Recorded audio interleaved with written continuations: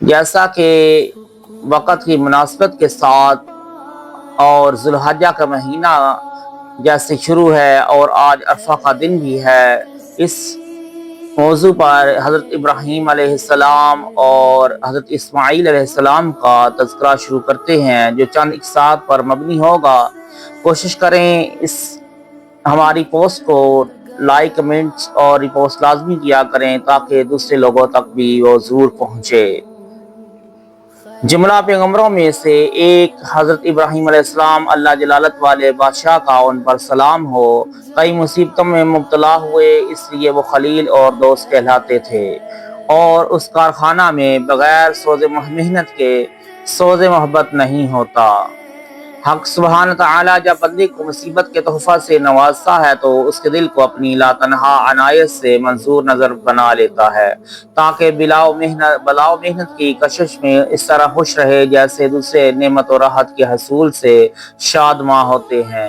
اکابرین دین میں سے ایک بزرگ فرماتے ہیں، ہم مصیبتوں میں اسی طرح خوش ہوتے ہیں جس طرح اہل دنیا نعمتوں سے فرحت حاصل کرتے ہیں، اس لیے کہ مصیبت ایک سیکل ہے جو آئینہ دل کو ہوا و ہوس کے غبار سے مصفا اور شہود ماسوا کے زنگار سے مجلا کر دیتا ہے، اور محنت ایسا کحل الجواہر ہے کہ اس سے چشم بصیرت ایسی روشنی حاصل کر لیتی ہے جس سے مشاہدہ جمال حق کرتے ہوئے دیکھ لیتی ہے کہ یہ مصیبت اس کی طرف سے ہے، اور جو کچھ اس کی طرف سے ہے وہ خوب تر اور درست تر ہے۔ آتش کدہ نمرود میں حضرت خلیل علیہ السلام کی مصیبتوں میں سے ایک یہ ہے کہ آپ کو آگ میں ڈالا گیا۔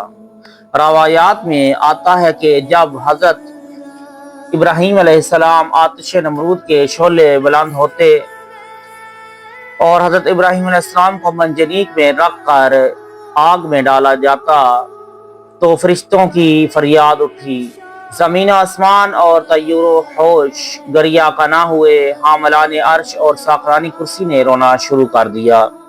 فرشتوں نے کہا، بار الہا، مشرق سے مغرب تک ایک فرد ہے جو تیری وحدانیت کو پہچانتا ہے، اب لوگ چاہتے ہیں کہ اسے جلا دیں، ہمیں اجازت عطا فرما تاکہ ہم اس کی امداد کریں۔ فرمان ہوا، اس کے پاس جاؤ، اگر وہ تم سے مدد طلب کرے تو اس کی امداد و اعانت کرنا۔ سب سے پہلے ہواؤں کا فرشتہ آیا اور اس نے حضرت ابراہیم علیہ السلام کی خدمت میں سلام پیش کیا۔ آپ نے جواب دیا اور فرمایا، تو کون ہے جو بیچاروں اور بے کسوں کو سلام کرتا ہے؟ اس نے کہا، میں ہواؤں کا موکل فرشتہ ہوں اور آپ کی مدد کے لیے حاضر ہوا ہوں۔ اگر آپ فرمائیں تو میں ہواؤں کے لشکر کو حکم دوں تاکہ آگ کی تمام چنگاریوں کو اٹھا کر نمرودیوں کے گھر میں پھینک دے اور ان کے جسام و اموال۔ جواب خلیل حضرت ابراہیم علیہ السلام نے فرمایا، میں نہیں چاہتا کہ اس حال میں سوائے اللہ تعالیٰ عالی بادشاہ کے کسی کی پناہ لوں۔ بعد ازاں بادلوں کے فرشتوں نے عرض کیا، خلیل، تمام بادل میرے محکوم ہیں، اگر آپ فرمائیں تو میں ان کو حکم دوں تاکہ ان چنگاریوں پر بارش کے قطرات چھڑکا دیں۔ حضرت ابراہیم علیہ السلام نے فرمایا، میں نے اپنی مہم کو خدا پر چھوڑ دیا ہے اور ادھر ادھر کی امداد سے آنکھ اٹھا لی ہے۔ پھر پہاڑوں کا فرشتے نے آ کر عرض کی، اے والد ملت اور صاحب خلت، مجھے حکم فرمائے تاکہ کوہ بابل کو نمرودیوں کے سروں پر الٹ دوں اور ان سب کو کوہ بلند کے نیچے ڈال دوں۔ حضرت ابراہیم علیہ السلام نے فرمایا، میں نہیں چاہتا کہ سوائے خدا کے کوئی اور دوسرا میری مہم میں مداخلت کرے۔ پھر زمین کے فرشتے نے حاضر ہو کر عرض کی، اے خلیل جلیل، طبقات الارض میرا حکم مانتے ہیں، آپ مجھے اجازت دیں کہ میں بابل کی زمین کو کہوں کہ وہ نمرودیوں کو اڑا دے۔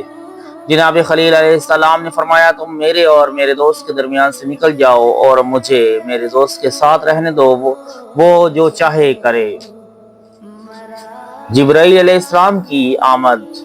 آخر پر حضرت جبرائیل علیہ السلام اس وقت آئے جب حضرت ابراہیم علیہ السلام کو منجنیق کے ذریعے پھینک دیا گیا۔ جب آپ آتش کدہ کے قریب پہنچے تو جبرائیل نے آواز دی، آپ کو کوئی ضرورت ہے؟ آپ نے فرمایا، ضرورت تو ہے مگر تجھ سے نہیں۔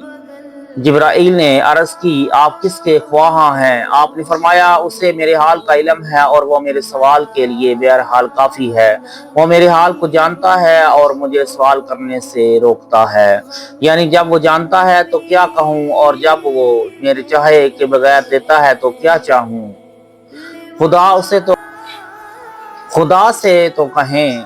روایات میں آتا ہے کہ جبرائیل علیہ السلام نے آپ کی خدمت میں عرض کی آپ کو جس سے ضرورت ہے اسے کیوں نہیں کہتے؟ آپ نے فرمایا جب دوست کو دوست جلانا چاہے تو زندگی جائز نہیں۔ اسی وقت خطاب ہوا جب دوست کی مراد ہو جائے جلانا سزا نہیں۔ اور بعض نے کہا کہ حضرت ابراہیم علیہ السلام نے جبرائیل کے جواب میں کہا نہ میری کوئی خواہش ہے اور نہ میرے نفس کی کوئی حقائق ہے اور نہ ہی مجھے آتش نمرود سے شکایت ہے، میرا ارادہ اس کا ارادہ ہے اور اللہ جو کچھ چاہتا ہے کرتا ہے۔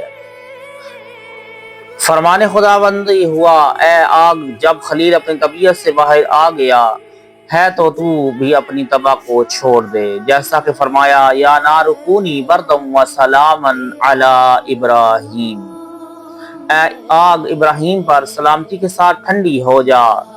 اس لیے کہ جو دوست کو فرستادہ مصیبت میں تسلیم و رضا کے طریقہ سے در آتا ہے یقیناً بلاؤں کے گھر سے صحیح و سلامت باہر آ جاتا ہے۔ دوسری زبردست آزمائش۔ جناب ابراہیم علیہ السلام کی دوسری ابتلا حضرت اسماعیل علیہ السلام کو ذبح کرنا تھا۔ حق سبحانہ و تعالی نے نص قرآن میں حضرت اسماعیل علیہ السلام کے ذبح کا قصہ اور حضرت خلیل علیہ السلام کی فرما برداری کی خبر دی ہے اور فرمایا ہے ان ھذا لہو البلاء المبین، بے شک یہ کھلی ہوئی آزمائش ہے، یعنی یہ ظاہر مصیبت اور انتہائی آزمائش تھی تاکہ محبان راہ اور مقربان درگاہ جان لیں کہ جاہو جلال کو چھوڑے بغیر اور اموال کو ختم کرائے بغیر دعویٰ محبت مقرر میسر نہیں۔